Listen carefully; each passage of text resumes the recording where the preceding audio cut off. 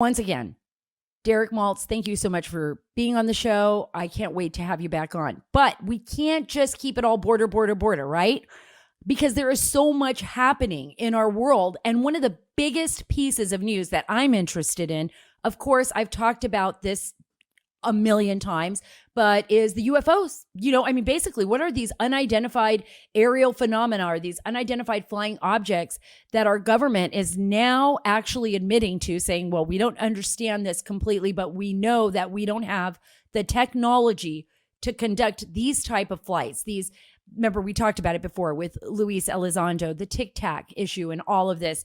Now, even more information is coming out. We know we're expecting a report anytime now from the government that's going to be submitted to the Senate. I don't know if you all remember this, but during the COVID relief package, that was part of this side thing, they have a ton of pork in the COVID package. It's not all about COVID, but there was also a requirement.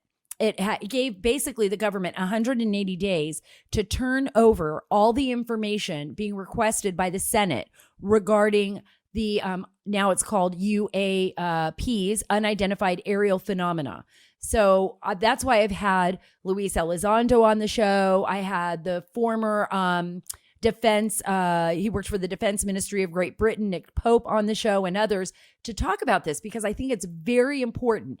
It would probably be one of the greatest, it would be the greatest discovery or revelation in mankind, in the history of mankind, because it would prove that we are not alone, that this universe is much more vast, that we are not the only intelligent beings in existence.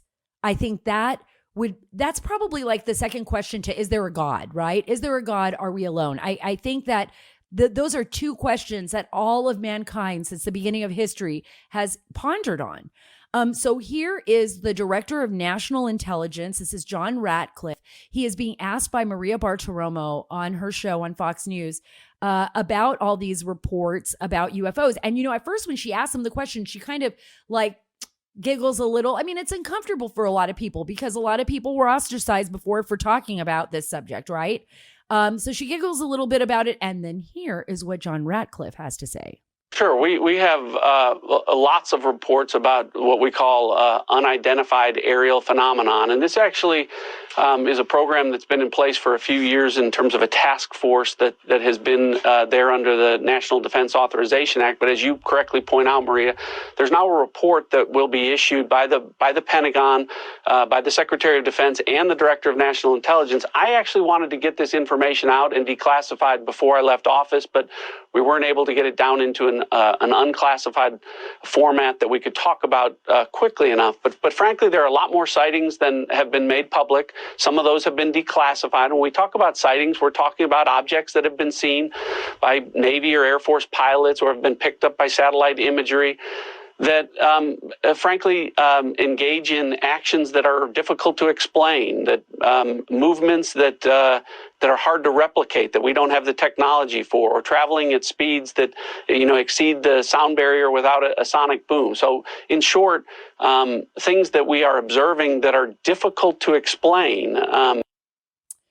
I think that it is absolutely fascinating that we're at this point in our history and that we may be the first generation to actually have proof that there is something else beyond our world and possibly intelligent life somewhere far beyond our world in the universe. Hopefully more intelligent than what's happening here in Washington, D.C. in the swamp.